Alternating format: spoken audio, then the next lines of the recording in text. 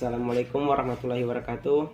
Perkenalkan, kami dari kelompok 3 mata kuliah kewirausahaan yang beranggotakan saya sendiri, Saleh Iman Mufti, stambuk F221 19004, dan Danang Meyanto, stambuk F221 19003. Di sini kami akan memaparkan materi mengenai komunikasi dan kepemimpinan.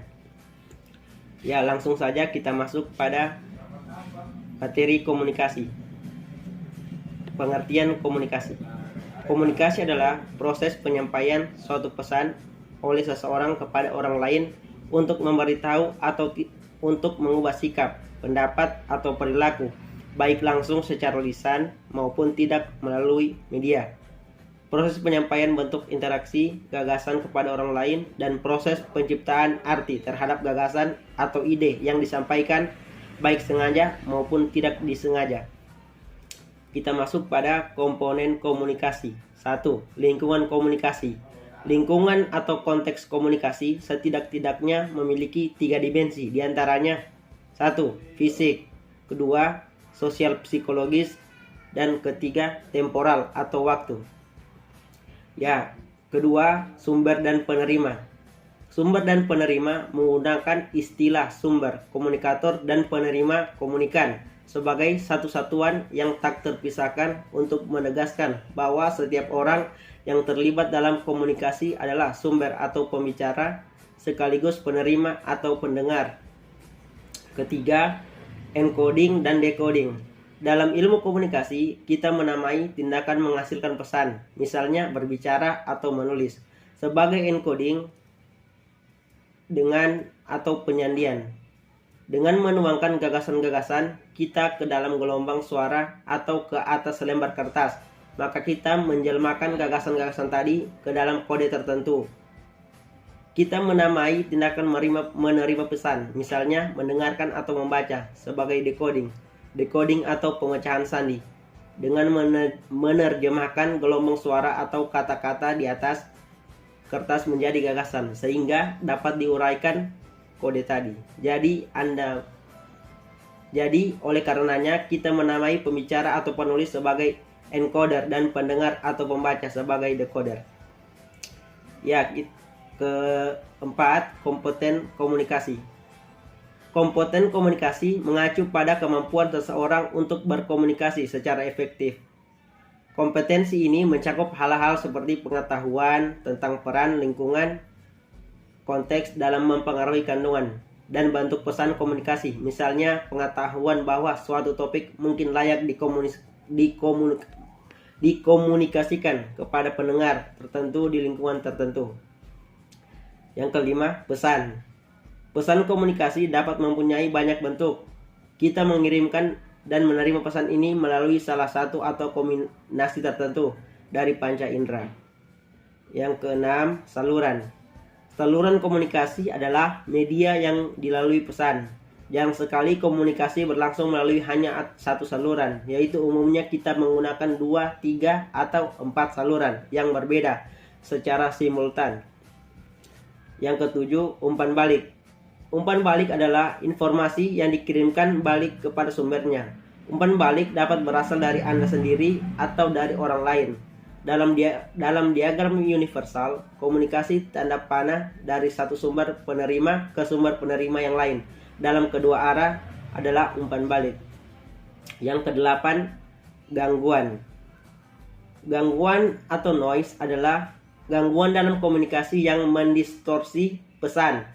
Gangguan menghalangi penerima dalam menerima pesan dan sumber mengirimkan pesan. Gangguan dikatakan ada dalam suatu komunikasi. Hal ini membuat pesan yang disampaikan berbeda dengan pesan yang diterima. Ya, kita masuk pada bagian komunikasi dalam organisasi.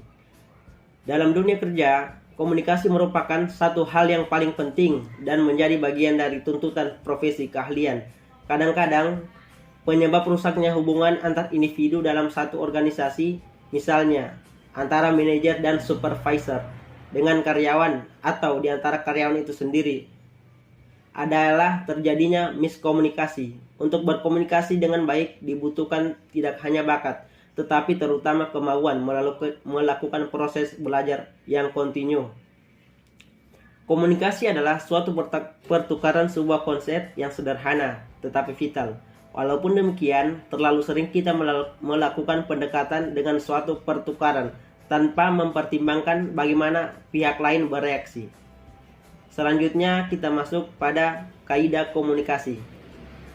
Telah dikenal 5 kaidah komunikasi efektif dirangkum dalam satu kata yang mencerminkan esensi dari komunikasi itu sendiri, yaitu reach, respect, empathy, audible, clarity, dan humble, yang berarti merangkul atau meraih.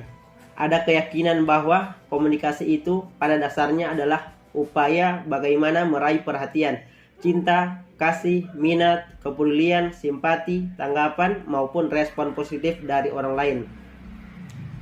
Berikut ini ialah uraian komunikasi efektif tersebut dalam konteks dan berfungsi sebagai fondasi untuk mengembangkan kemampuan berbicara di depan publik. Pertama, respect. Kaidah pertama dalam berkomunikasi secara efektif, khususnya dalam berbicara di depan publik, adalah sikap hormat dan sikap menghargai terhadap khalayak atau hadirin. Yang kedua, empati. Kaidah kedua adalah empati, yaitu kemampuan untuk menempatkan diri pada situasi atau kondisi yang dihadapi oleh orang lain. Rasa empati akan memberi kemampuan untuk dapat menyampaikan pesan dengan cara dan sikap yang akan memudahkan penerima pesan dalam menerimanya. Yang ketiga, audible. Kaidah ketiga adalah audible, yaitu dapat didengarkan atau dimengerti dengan baik. Audible dalam hal ini berarti pesan yang disampaikan dapat diterima oleh penerima pesan. Kaidah mengatakan bahwa pesan harus disampaikan melalui medium atau delivery channel. Yang keempat, clarity. Kaidah keempat adalah kejelasan dari pesan yang disampaikan. Selain bahwa pesan harus dapat diterima dengan baik, maka kaidah keempat yang terkait dengan itu adalah kejadian dari pesan itu sendiri, sehingga tidak menimbulkan multi interpretasi atau berbagai penafsiran yang berlainan. Yang terakhir ialah humble. Kaidah kelima dalam komunikasi yang efektif adalah sikap rendah hati. Sikap ini merupakan unsur yang terkait dengan hukum pertama untuk membangun rasa menghargai orang lain. Biasanya didasari oleh sikap rendah hati yang dimiliki. Kerendahan hati juga berarti tidak sombong dan menganggap diri penting ketika berbicara di depan publik. Selanjutnya kita masuk pada tujuan dan fungsi komunikasi. Yang pertama, tujuan dan fungsi komunikasi ialah agar menjadi tahu atau memberitahukan. Yang kedua, menilai masukan atau suatu pola pemikiran, misalnya umpan balik. Yang ketiga, mengarahkan atau diarahkan. Yang keempat, mempengaruhi dan dipengaruhi. Dan yang kelima, mengandung beberapa fungsi insidental atau netral. Ya, itulah pemaparan materi komunikasi. Selanjutnya akan dilanjutkan oleh teman saya, oleh Danang Meyanto. Selanjutnya itu kepemimpinan. Pengertian kepemimpinan menurut Griffin dan Ebert, kepemimpinan leadership adalah proses memotivasi orang lain untuk mau bekerja dalam rangka mencapai tujuan yang telah ditetapkan. Lindsay dan Patrick dalam membahas mutu total dan pembangunan organisasi mengemukakan bahwa kepemimpinan adalah suatu upaya merealisasikan tujuan perusahaan dengan memadukan kebutuhan para individu untuk terus tumbuh berkembang dengan tujuan organisasi. Nah, perlu diketahui bahwa para individu merupakan anggota dari perusahaan. Dari anggota perusahaan. Peterson et al. Mengatakan bahwa kepemimpinan merupakan suatu kreasi yang berkaitan dengan pemahaman dan penyelesaian atas permasalahan internal dan eksternal organisasi. Dari ketiga definisi tersebut dapat dinyatakan bahwa kepemimpinan merupakan suatu upaya dari seorang pemimpin untuk dapat merealisasikan tujuan organisasi melalui orang lain dengan cara memberikan motivasi agar orang lain tersebut mau melaksanakannya. Dan untuk itu diperlukan adanya keseimbangan antara kebutuhan individu para pelaksana dengan tujuan perusahaan. Kemudian gaya kepemimpinan. Pada awal pemunculan teori kepemimpinan telah diidentifikasikan berbagai kondisi para pemimpin hebat, penampilan fisik, inteligensia, dan kemampuan berbicara di kalangan publik merupakan ciri khas yang harus dimiliki oleh para pemimpin. Pada waktu itu banyak diyakini bahwa bertubuh tinggi lebih baik kemampuan memimpinnya dibandingkan dengan orang yang bertubuh pendek. Namun belakangan ini telah terjadi pergeseran. Cara pandang tidak lagi pada penampilan fisik, melainkan pada gaya kepemimpinan. Griffin dan Ebert mengemukakan 3 gaya kepemimpinan, yaitu yang pertama ada gaya autokratik, gaya demokratik, dan gaya bebas terkendali. Nah, gaya autokratik pada umumnya yaitu memberikan perintah-perintah dan meminta bawahan untuk mematuhinya.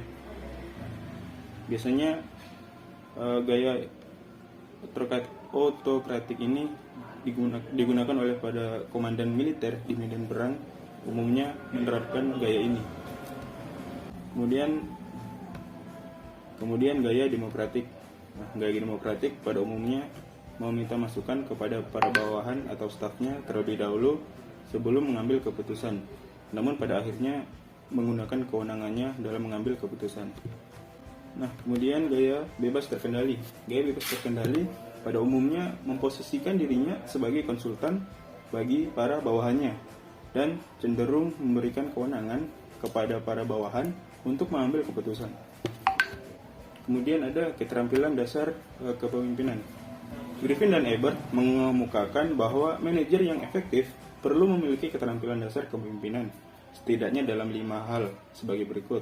Yang pertama, keterampilan teknis, keterampilan hubungan insani, keterampilan konseptual, keterampilan mengambil keputusan, dan keterampilan manajemen waktu. Churchill menyarankan agar ketua tim memiliki keterampilan dasar kepemimpinan, yaitu meliputi mendemonstrasikan kepemimpinan, memfasilitasi interaksi di dalam tim, melakukan negosiasi dalam hal terjadi perbedaan dan konflik, melatih anggota tim, memberikan pengarahan untuk meningkatkan kinerja tim, mempresentasikan gagasan-gagasannya secara persuasif, dan membina hubungan dengan berbagai tingkatan manajemen. Nah, kesimpulannya, kepemimpinan adalah proses mengarahkan perilaku orang lain ke arah pencapaian suatu tujuan tertentu. Pengarahan dalam hal ini berarti menyebabkan orang lain bertindak dengan cara tertentu atau mengikuti arah tertentu. Wirausahawan yang berhasil merupakan pemimpin yang berhasil memimpin para karyawannya dengan baik. Sekian, terima kasih. Assalamualaikum warahmatullahi wabarakatuh.